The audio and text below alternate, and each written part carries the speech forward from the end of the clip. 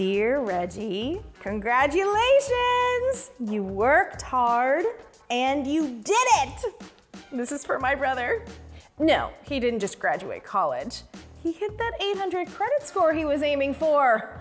So proud of that kid.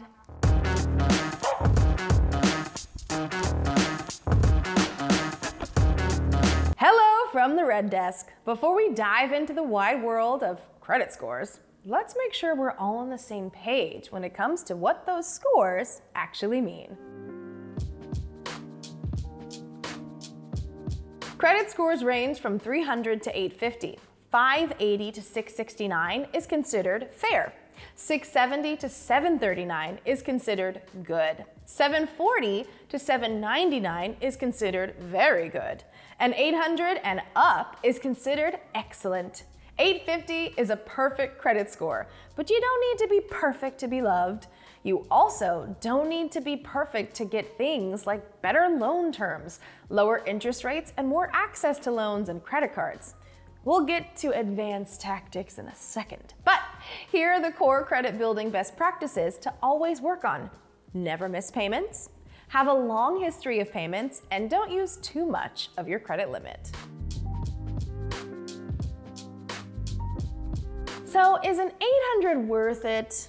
I'm gonna say yes. Yes, it is. The difference in benefits between a very good credit score, which remember, is 740 to 799, and excellent, or 800 plus, does exist. So if you want to access the very best financial options, then maybe you do need an 800 credit score. What you don't necessarily need is an 850. After 800, those points are kind of like icing on the cake. Nice to have and ever so delicious, but when it comes to cold hard numbers, an 800 score gets you where you need to go, especially if you're looking to buy a house or refinance. There are good arguments for striving to get a score above 800, like having some wiggle room for hard credit pulls, which can knock your score down a few points when you're trying to get a loan.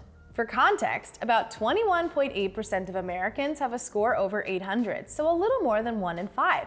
Not the majority, but still proof that it's an achievable goal for plenty of people. Speaking of which, the first step to getting an 800 credit score is doing all the basics, doing them well, and doing them for a long time. Again, that means never missing a payment, having a more extensive history of payments, and aiming to keep your credit utilization below 30%. If you mess any of these things up, it doesn't mean you can never get up to an 800. It just means you'll need more time.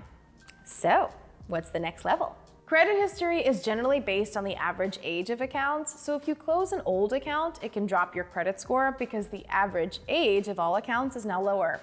The trick? Keep your credit cards open as long as possible, not really using them, but making the occasional charges necessary to keep the line of credit open. People with different kinds of loans usually have higher credit scores. You're seen as more trustworthy if you have a financial history with a car, credit cards, and a house, instead of just credit cards. Now don't force this, because it probably isn't a great idea to buy a house just to improve your credit score, but diversity of debt is something to keep in mind. Even if you know you'll be able to pay it off in a few weeks when more money comes in, never max out your credit cards, for any reason.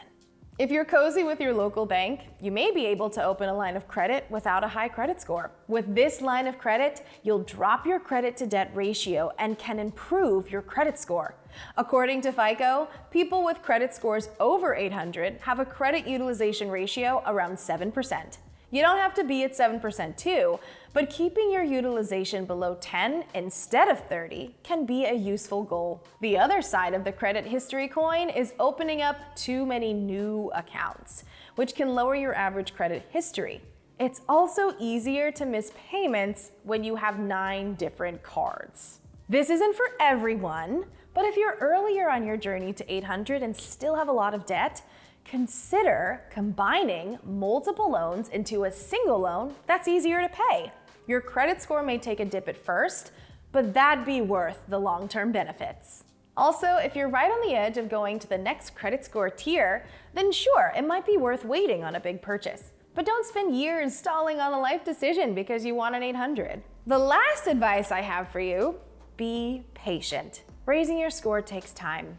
Looking at your score every day is just going to stress you out. Get some good habits going and check in every few months. Want even more tips for improving your score? Rocket Money has plenty of resources on their Learning Center to help you on your journey to 800. Learn more at the link in the description.